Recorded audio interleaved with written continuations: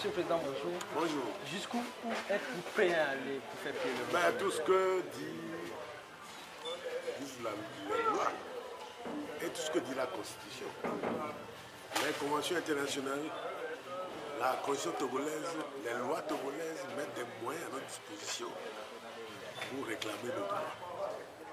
Et la Constitution a même prévu un article 50 qui demande au peuple, qui donne le droit, l'autorisation, le droit et le devoir qui impose au peuple de réclamer, de réagir, de s'opposer.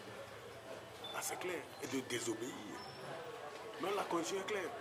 Nous avons tout un éventail de mesures, de moyens à notre disposition pour obtenir ce que nous voulons. Et ne vous en faites pas, nous obtiendrons ce que nous voulons, d'une manière ou d'une autre. Le gouvernement vient de sortir un mémorandum dans lequel il interdit toute manifestation organisée par le collectif. Qu'en dites-vous? Le mémorandum ne s'impose pas à nous. Nous avons les tests de la loi de 2011 qui prescrivent des démarches à faire en cas de manifestation. Les tests disent que vous écrivez au moins 5 jours ouvrables avant la manifestation à l'autorité administrative compétente. En l'espèce, si nous voulons faire quelque chose à Lomé, c'est le président de la délégation spéciale de Lomé. Si nous voulons faire des manifestations à l'intérieur, c'est soit les présidents des délégations spéciales de l'intérieur ou les préfets. Si les manifestations couvrent l'ensemble du territoire togolais, c'est le ministre de l'administration territoriale qui est concerné. C'est ce que disent les tests. Et il a dit dans la loi de 2011 qu'au moins 112 heures avant la manifestation, l'autorité administrative concernée peut vous saisir par une décision motivée. Peut vous saisir pour faire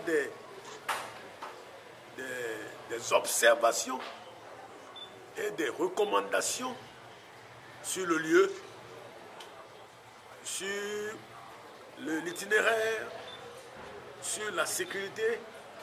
Et au besoin, il a dit que l'autorité administrative peut se rendre sur le terrain avec vous pour toucher du doigt ce dont elle parle. Et ça doit être fait au moins 112 heures avant la manifestation. Nulle part, il est écrit que le gouvernement doit répondre à la place du président de la délégation spéciale de Lomé. Nulle part, il est écrit que le gouvernement doit sortir un référendum de la presse, un mémorandum de la presse. Ça n'engage que le gouvernement. Un mémorandum dans la presse n'est pas la réponse légale qui est prévue. Ça veut dire que c'est comme si le gouvernement n'a rien fait. Ce mémorandum ne nous engage pas, ne s'impose pas à nous. C'est pour ça que nous avons gardé nos manifestations. Nous avons reporté la manifestation d'hier, dimanche, à jeudi prochain. Parce qu'il est prévu qu'une manifestation puisse être reportée. Soit sur l'instigation de l'autorité administrative qui peut vous demander de reporter.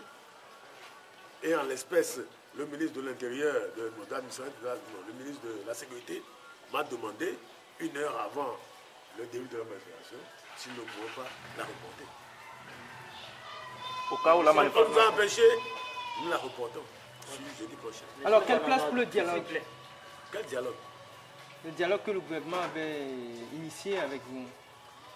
Nous avons dit, dans un préalable envoyé au gouvernement, que nous avons mis sur toutes les antennes, que nous voulons jauger la bonne foi, la bonne volonté du gouvernement pour faire réellement un dialogue et non pour aller amuser la galerie, comme d'habitude. Et pour ce faire, nous avons demandé que cette bonne volonté se manifeste par 3 actes. Le premier, c'est qu'on libère les 53 jeunes qui ont été arrêtés, écroués, qui sont toujours en prison, avant que tout dialogue ne s'engage. Ces 53 sont toujours en prison. Nous avons dit également que le matériel qui a été saisi le 13 juin 2012 par la gendarmerie qui croupit encore à la gendarmerie, c'est-à-dire les véhicules qui ont été saisis, le matériel de sonorisation qui a été saisi, le podium, les bâches, tout cela, qui ont été saisis, qu'on les restitue. Ça, ce n'est pas la mer à boire. Deuxième décision, deuxième acte préalable.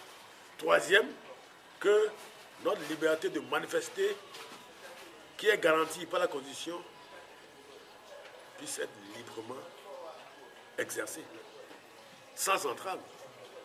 Est-ce que, dites-moi, est-ce que, après ce qui s'est passé hier, vous pouvez dire que notre liberté de manifester librement, sans entrave, est respectée?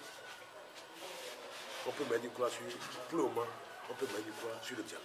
Au cas où la manifestation de jeudi venait encore à être reprimée. Et le procès dont vous avez été invité aujourd'hui, ça s'est passé et quelles sont les décisions qui ont été prises à votre encontre? Ben, ce matin, le juge d'instruction, comme le prévoit la procédure, c'est le droit des juges d'instruction. Ce n'est pas la peine d'un second, c'est le droit des juges d'instruction qui nous a invités ce matin, convoqués à un interrogatoire. Nous appelons ça l'interrogatoire de première comparution. Et au cours de l'interrogatoire de première comparution, comme le prévoit la procédure, le juge notifie, et il nous a notifié, les charges qui pèsent sur nous. Et comme charge, le juge nous a dit que nous sommes accusés de complicité de violence volontaire sur la base de l'article 46 du Code pénal et de complicité de dégradation et de destruction de biens publics et privés. Le juge nous a notifié ce matin. Ça veut dire que nous sommes inculpés officiellement de ces griefs. Et le juge nous a déclaré que nous étions mis en liberté. Donc ça dit que c'est une inculpation sans mandat de dépôt. Et le juge nous invite à revenir mercredi pour la suite de la procédure qui consiste à maintenant faire ce que nous appelons l'instruction au fond, l'interrogatoire au fond. On vous interroge maintenant sur ce qui s'est passé, sur ce que vous savez sur ce qui s'est passé. Aujourd'hui, le juge, ça consiste après avoir notifié les charges, le juge vous demande est-ce que vous connaissez les faits? Évidemment, j'ai dit que je le connaissais, je ne connais pas le fait. Ensuite, que conformément aux dispositions qui régissent la complicité, la loi, je lui ai dit que la loi est claire sur ce point. Pour être complice, il faut avoir posé des actes matériels.